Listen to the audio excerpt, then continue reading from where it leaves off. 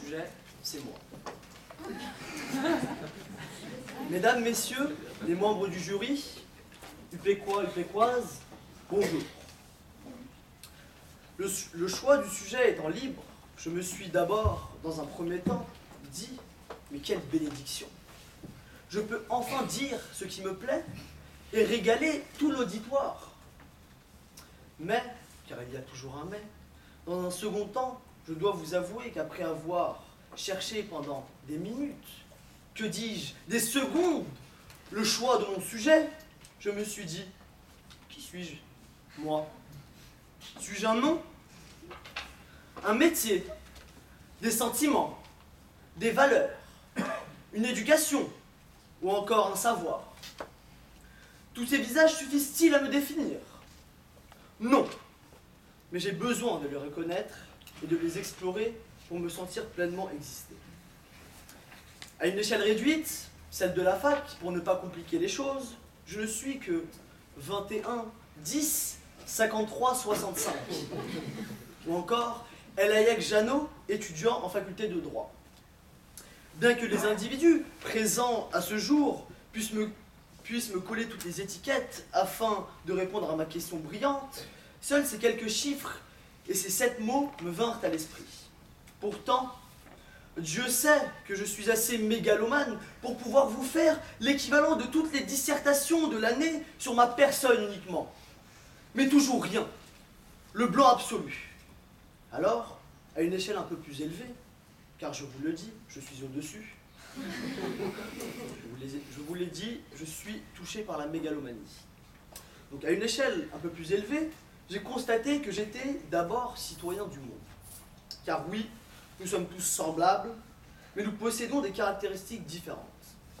Alors permettez-moi de vous dire non, je ne suis pas comme vous. Je ne suis pas citoyen du monde. Je suis meilleur.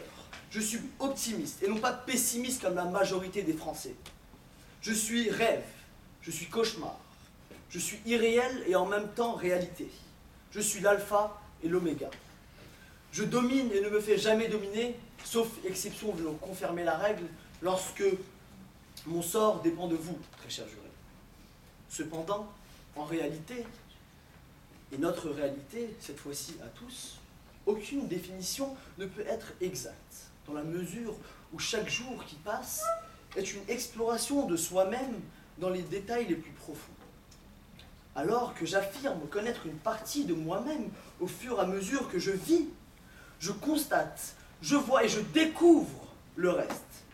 C'est donc une exploration qui ne sera jamais achevée. Ce que je suis, c'est donc à la fois ce que je fais, ce que je sens, ce que je sais, et ce que les autres voient en moi. Je suis un étudiant, je suis un candidat au concours d'éloquence, je suis bon, ou plutôt je me sens bien, je sais que je stresse, mais je suis confiant. Et je sais que vous, très chers jurés, et que vous, très cher auditoire, vous voyez en moi l'âme d'un futur avocat. Néanmoins, soyez rassurés. Heureusement pour moi et pour vous, car je risque de vous faire de l'ombre, je ne passe pas toutes mes journées à m'interroger sur qui je suis ou ce que je suis. Quand tout se passe à peu près bien, que je glisse entre une activité et une autre, entre une femme et une autre, sans accroche, je peux me contenter de la définition de l'humoriste Pierre Dac. Je suis moi, je viens de chez moi et j'y retourne. Se connaître, c'est donc, comme nous l'enjoint Socrate depuis 25 siècles, prendre la pleine mesure de ce qui rend notre vie unique et lui donne tout son prix. Je vous pose donc une question qui pour ma part est existentielle. Savez-vous maintenant qui vous êtes ? Merci.